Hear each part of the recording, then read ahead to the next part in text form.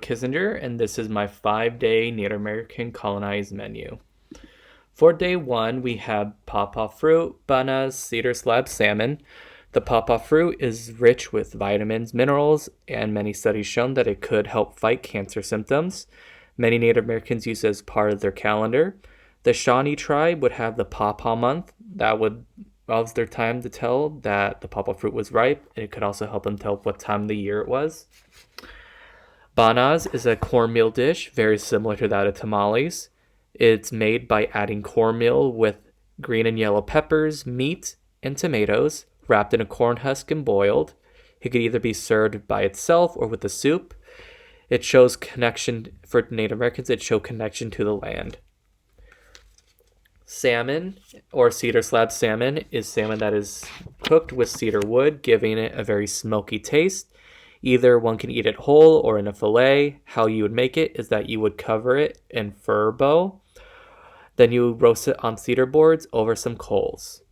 Salmon is rich with omega-3 acids, high quality nutrients. It is very close to native culture. Many Native Americans thought it was a gift from the gods, so it was revered by many.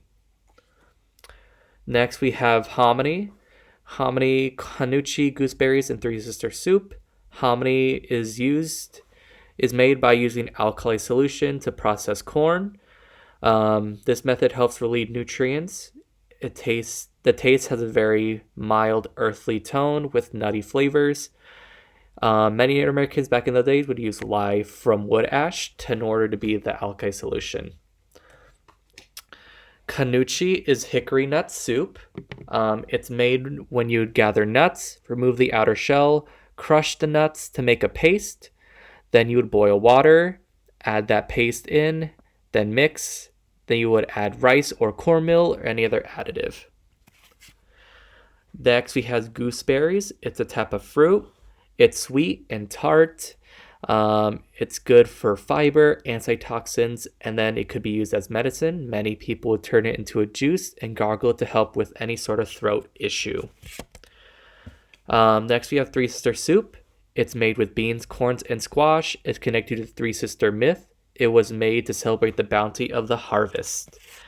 How one would make it is that you would cut the squash, take the seeds out, heat the squash until soft. Then you would heat up water or stock, add your corn, beans, and spice. Then you would add the squash in, wait for everything to be tender, especially the squash. Then it'll be ready to eat. Due to the ingredients, it's full of nutrients, fiber, carbohydrates, and minerals. For day 3, we have great dumplings, succotash, and chakhiwa. Great dumplings was used as a treat for the native people. It's made when you take ground corn mush, turn it into a dough. Then you get juice from the possum or grapes or wild grapes. Put that to a boil. Drop the dumplings in. Then you add sweeteners such as sugar or cornstarch. Cook it for a few minutes. Then it should be ready to serve. Next, we have succotash. It's made traditionally with corns and beans. It was shared with the early Europeans, and over the years, more stuff was added, like different types of meats and vegetables. How you would traditionally cook it is that you get corns and beans, cook it over a fire, then add water, cook it for a few minutes, then you should be done. But many people like to add meats and other type of vegetables like chicken, beef, tomatoes, peppers, and all different types of other things.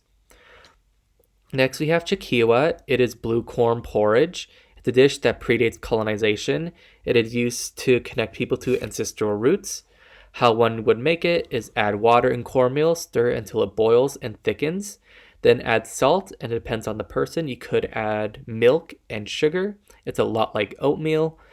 It's filled with vitamins, fibers, and could be used to help weight loss. For day 4, we have cornbread, pemmicans, trout, and takamilo. Cornbread is a staple southern dish. It was made by the Native Americans when they would make things with maize. How one would make it is that you would grind corn into a cornmeal, then add water, salt, put it into a dough, then put it in the oven, cook it for half an hour. Then when it's done, it'll be ready to serve. Pemmican is an old dish which has high on proteins and vitamins. It was used for Native Americans when food was scarce in the winter times. How to make it is that you get meat, mainly buffalo meat, dry it, then pound it into a powder. Then you get the fats, the bones, and any sort of stuff like that, turn it into liquid, then combine the two with dried fruits or berries. Then when you're done, you can eat it and save the rest for later. It can be stored for a long time. Next is trout. It's a revered food source, a lot like the salmon. Many tribes had ceremonies on exactly how to fish this certain dish. It could be either eaten raw, roasted, smoked, or dried.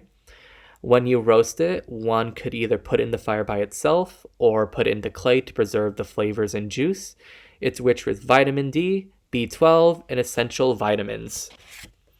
Takamilo is buffalo stew. It's connected to the Takamilo dance, which is a dance to ensure rain and a good harvest. So many people eat this stew for that ceremony. It's buffalo meat, so it's made with potatoes, carrots, and meat. You would cut the meat into cubes, then brown it for 3 minutes. Then cook water with the carrots and potatoes until tender. Then add the meat and stir. Then you can put it in the oven for 30 minutes, and once you remove it, it would be ready to eat. For day 5, we have Thatuthig, squash, and poya. Thatuthig was a treat that was used during one of the first Thanksgivings. How you make it is that you would heat water and milk until it bubbles, add cornmeal until it's combined, reduce the heat to let it shimmer and thicken, and when it's thickened, you would add syrup or honey, and then you add blueberries. Squash is one of the oldest crops and has many myths and stories connected to it. As you can see, it's part of the Three Sisters. It could be cooked, baked, boiled. Baked squash, you will cut the squash into halves, scoop out the seeds, put butter or olive oil on it, then salt and pepper, any other spices, then bake it for 30 minutes. Poya is basically a meatloaf. It's a dish that has variety all over the world. It represents adaptability and resources, so basically whatever you had on hand at the time would be put into the poya.